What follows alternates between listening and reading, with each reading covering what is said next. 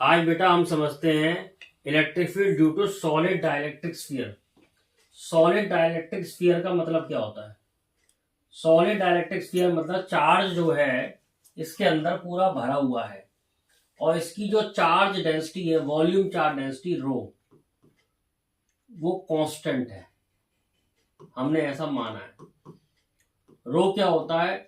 Charge upon volume.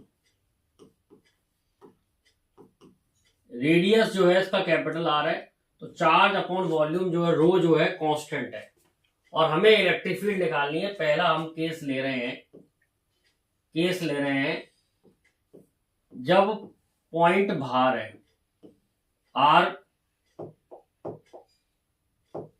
Are greater than are. ये वाला case ले रहे हैं हम, आर ग्रेटर देन आर, मतलब जो पॉइंट है वो बाहर है।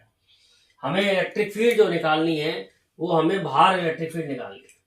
तो आपको मैंने पहले भी बताया है कि जब भी कभी इलेक्ट्रिक फील्ड निकालनी हो तो यहाँ पॉजिटिव चार्ज रखते हैं, तो ये पॉजिटिव चार्ज इसको रिपेल करेगा, तो इसकी इलेक्ट्रिक फील्ड इधर होगी।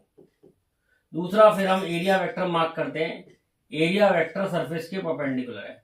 जैसे मैं यहाँ देखूं, यहाँ पर भी इलेक्ट्रिक फील्ड इधर है और यहाँ पर भी एरिया वेक्टर इधर है। तो ई और डी के बीच का जो एंगल है वो थीटा जो है वो इसके अंदर जीरो आ रहा है। थीटा जो है इसके अंदर जीरो आ रहा है, ई और डी के बीच का एंगल। अब हमें क्या करना है? गॉस लॉ लगाना है। गॉस लॉ क्या कहता है कि टोटल फ्लक्स यानी कि ई डॉट डी ए कितना होता है, जितना चार्ज इनसाइड है गॉसियन सरफेस के, डिवाइड बाई एप्सिलॉन नॉट। तो गॉसियन सरफेस हमें यहाँ पॉइंट निकालना था, तो हमने गॉसियन सरफेस लिया है स्फीयर, और हमें यहाँ इलेक्ट्रिक फील्ड निकालनी है। यहाँ पर तो जिस पॉइंट पे इलेक्ट्रिक फील्ड निकालनी हो वहां से गॉसियन सरफेस पास करना चाहिए। अब हम ये बता चुके हैं कि ई और डी के बीच का एंगल थीटा जीरो है, तो इसको मैं ओपन करूं तो E D A cos zero is equal to charge inside. सारा ही चार्ज इनसाइड है, क्यू चार्ज हमने माना है इस पे, तो सारा ही चार्ज इनसाइड है अपॉन एप्सिलॉन नॉट। तो ई बाहर आ गया क्योंकि ई कांस्टेंट है यहाँ पर। इंटीग्रेशन आ गया D A is equal to Q upon epsilon naught. तो ई डी ए, इस वाला जो स्फीयर है जिसका रेडियस स्मॉल आर है उसका एरिया है टोटल, तो डी ए का इंटीग्रेशन करेंगे तो टोटल एरिया आएगा 4 pi R square is equal to Q upon epsilon naught. अब हमें ई की वैल्यू चाहिए। ई यहां से सॉल्व करके आ गया 1 upon 4 pi epsilon naught Q upon R square. तो ये जो इलेक्ट्रिक फील्ड आई है ये बाहर वाले पॉइंट के लिए इलेक्ट्रिक फील्ड आई है, और ये जो इलेक्ट्रिक फील्ड है ये ध्यान से देखें तो ये पॉइंट चार्ज की इलेक्ट्रिक फील्ड के बराबर आ रहा है। किसके बराबर आ रहा है? पॉइंट चार्ज की इलेक्ट्रिक फील्ड के बराबर आ रहा है। यानी जो स्फीयर है it is acting like a point charge, और आर और ई में जो रिलेशन है वो इनवर्स स्क्वायर है। कैसी है बेटा? इनवर्स स्क्वायर है ई और आर में रिलेशन। मतलब जैसे जैसे आर बढ़ेगा वैसे वैसे इलेक्ट्रिक फील्ड कम। अब हम बेटा दूसरा केस लेते हैं इलेक्ट्रिक फील्ड का। सॉलिड स्फीयर में चार्ज अभी भी अंदर है सारा, और हमें इलेक्ट्रिक फील्ड निकालनी है इसके सरफेस पे। सरफेस पे इलेक्ट्रिक फील्ड निकालनी है। सरफेस का मतलब होता है स्मॉल आर बराबर कैपिटल आर। मतलब जो हमने गॉसियन सरफेस लिया है वो हमने पॉइंट जो माना है वो सरफेस में माना है, और गॉसियन सरफेस पॉइंट पी से पास कर रहा है। मतलब कहने का मतलब ये है कि स्मॉल आर और कैपिटल आर दोनों सेम है। तो इलेक्ट्रिक फील्ड अभी भी इधर होगी, डी ए भी इधर ही होगा। तो हम गॉस लॉ लगाएं तो गॉस लॉ क्या कहता है? ई डॉट डी ए, जितना चार्ज इस इनसाइड है अपॉन एप्सिलॉन नॉट। तो ई और डी ए के बीच का एंगल जीरो है, जैसे पहले जीरो था अभी भी जीरो है, ई D A cos zero.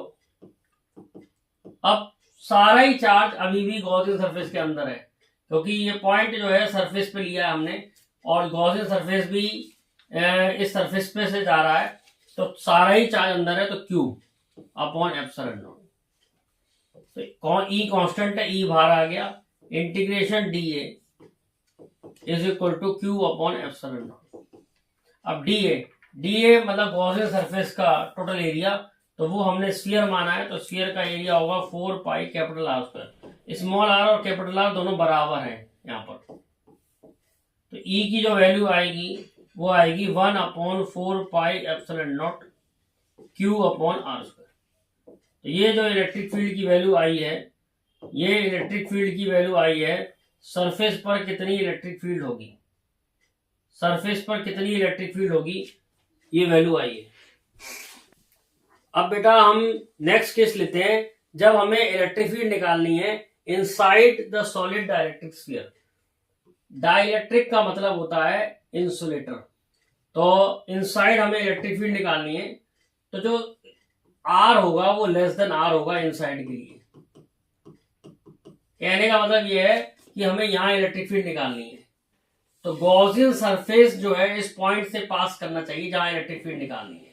Charge पूरा भरा हुआ है इसके अंदर, और हमें जो इलेक्ट्रिक फील्ड निकालनी है वो यहां निकालनी है, और इस गॉसियन सरफेस का रेडियस स्मॉल आर है और स्फीयर का रेडियस कैपिटल आर है, तो small R is less than R. अब हमें यहाँ इलेक्ट्रिक फील्ड निकालनी है, तो इलेक्ट्रिक फील्ड इस डायरेक्शन इधर होगा और डीए का डायरेक्शन भी इधर होगा। तो अब हम गॉस लॉ लिखते हैं, ई डॉट डीए। अब ध्यान से देखिए, अब सारा चार्ज इस गॉसियन सरफेस के अंदर नहीं है, तो मान लो अब गॉसियन सरफेस के अंदर क्यू डैश चार्ज है डिवाइड बाय एप्सिलॉन नॉट। अगर हम क्यू डैश की वैल्यू सॉल्व कर पाएंगे तो हम इलेक्ट्रिक फील्ड निकाल पाएंगे अंदर। क्यू डैश हमें मालूम है रो कांस्टेंट है, तो बाहर total charge upon total volume, ये आ गया रो।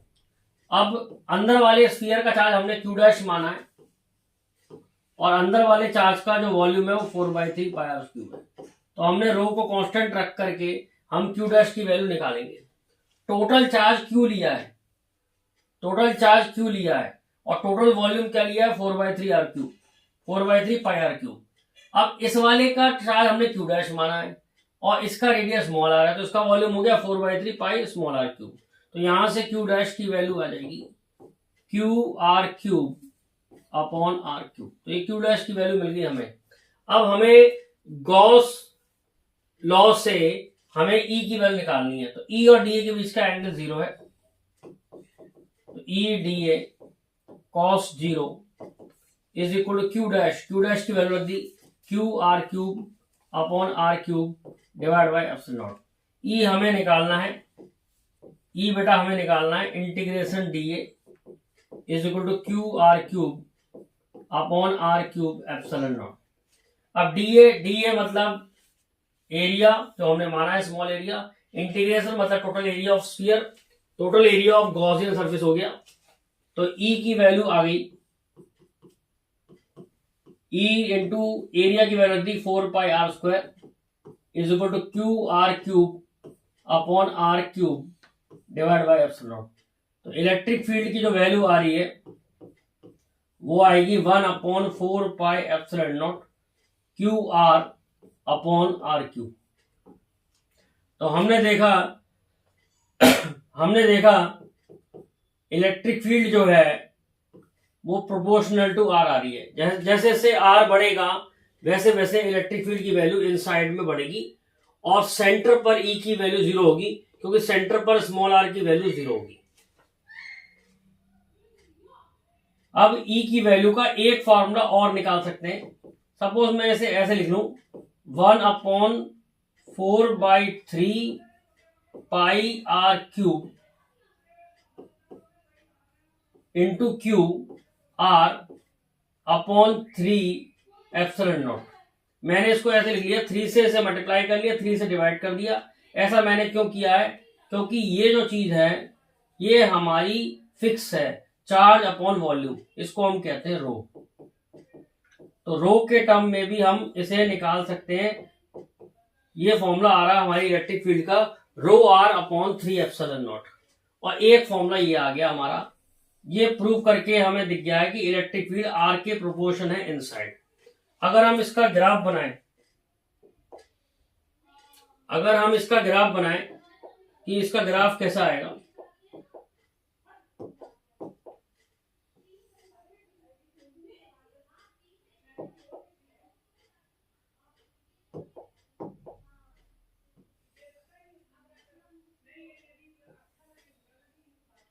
अगर हम इसका ग्राफ बनाए, ग्राफ कैसा आ रहा है,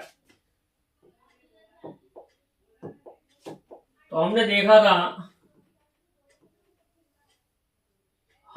था जब तक हम स्फीयर के अंदर है तब तक जो ग्राफ है वो डायरेक्टली प्रोपोर्शनल टू आर है, तब तक जो वैल्यू है वो डायरेक्टली प्रोपोर्शनल टू आर है, तब तक जो वैल्यू है वो डायरेक्टली प्रोपोर्शनल टू आर है, तो ई का ग्राफ डायरेक्टली प्रोपोर्शनल का बनेगा। और बाहर हमने देखा था कि आर बढ़ने पर इलेक्ट्रिक फील्ड की वैल्यू